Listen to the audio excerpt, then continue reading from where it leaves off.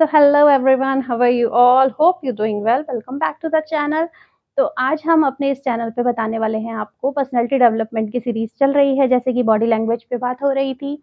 तो और हमारा कम्युनिकेशन का कुछ पेंडिंग रहा था, मैं कम्युनिकेशन पे आज आपको बताने वाली हूँ। फटाफट से जाके चैनल को सब्सक्राइब कर लीजिए अगर मुझे आज पहली बार देख रहे हैं तो। आई एम शिप्रा शर्मा और this is our channel Shipra's divine hub. तो आज हम कम्युनिकेशन पे बात कर रहे हैं।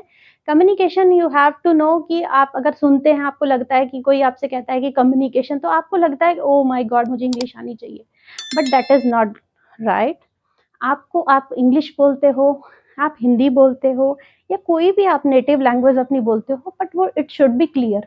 वो क्लियर होनी चाहिए, सामने वाले को अच्छे से समझ में आना चाहिए कि आप कहना क्या चाहते हैं। आपको याद होगा जब हम छोटे थे, तो हम कुछ इशारों में बातें करते थे। हमारे जो हमारे मम्मा-पापा होते हैं, वो हमसे इशारे में हमें बताते हैं कुछ-कुछ चीज़ें और हम उनसे इशारे में ही आंसर करते हैं ना, बाय एक्सप्रेशन, राइट? तो ये भी एक कम्युनिकेशन है। जब कोई अगर सुन नहीं पाता या बोल नहीं पाता, तो वो जो जिस लैंग्वेज में कम्युनिकेट करता है, that is also a communication. और अगर कोई इंग्लिश में बात करता है, फ्लुएंटली बात कर रहा है, क्लियरली कर रहा है, तो ये भी एक कम्युनिकेशन है।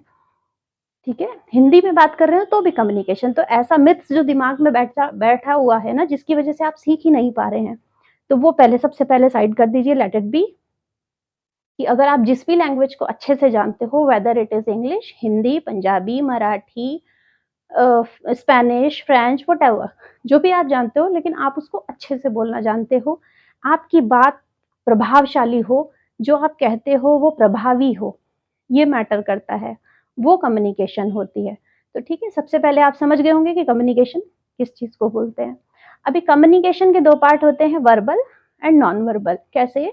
कि वर्बल जो कि हम मुँह से बोलकर बताते हैं लोगों को, अपनी बात कहते हैं कि मैं आपसे कुछ कहना चाहती हूँ, मैं आपको कुछ बताना चाहती हूँ, लिप्स का यूज़ करके मैं आपसे बात कर रही हूँ, that is verbal communication, verbally बता रही हूँ ना। और इसके अलावा अगर हम नॉन वर्बल की बात करें, तो non verbal it's by our expression और अपनी बॉडी लैंग्वेज से हम जिस तरह बात करते हैं, बताने की कोशिश करते हैं, हाथों से समझाने की कोशिश करते हैं या फिर एक्सप्रेशन से या आँखों से जो हम बातें करते हैं, that is non verbal communication. Is it clear?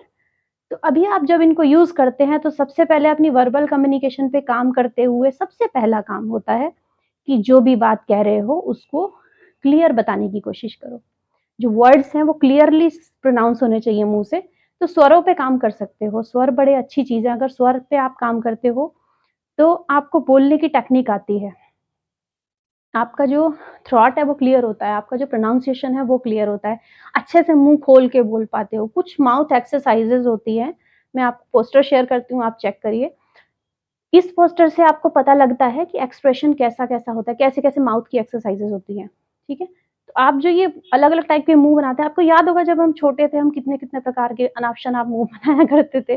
कभी स्माइली, कभी ये करते रहते। तो वो सारी चीज़ें जो होती हैं, वो हमारे प्रोनाउंसिएशन को अच्छा करती थी, एक्सप्रेशन को क्लियर करती थी। तो अब हमने छोड़ दिया, हम बड़े हो गए तो हमें लगा तो हमें तो सब कुछ आता है, तो हम वो पीछे को भूलते जा रहे हैं। लेकिन वो हमारा एक पार्ट है कम्युनिकेशन का, उसको भूलना नहीं है, उसको इस्तेमाल करना है। तो राइट नाउ सबसे पहली प्रैक्टिस आज का आपका एक होमवर्क कि अपने जो बचपन में हरकतें करते थे ना, उस हरकतों को एक बार दोबारा रिवाइंड करिए, मेरे कहने से। दोबारा से रिवाइंड करिए और फिर से ये जो मैंने पोस्टर आपको दिखाया, इसमें जो-जो एक्सप्रेशंस दिए हुए हैं, जिस-जिस तरह का मुँह बना रहे हैं लोग, वैसा ही बनाने की कोशिश करिए। इससे क्या होगा, आपका बोलने का तरीका बदलेगा, आपके एक्सप्रेशन और अच्छे होंगे, इम्प्रेसिव होंगे। इसके बाद हम फिर आगे और बात करेंगे आई कॉन्टैक्ट्स के ऊपर कि कैसी होनी चाहिए और क्या करना चाहिए आई कॉन्टैक्ट के लिए। तो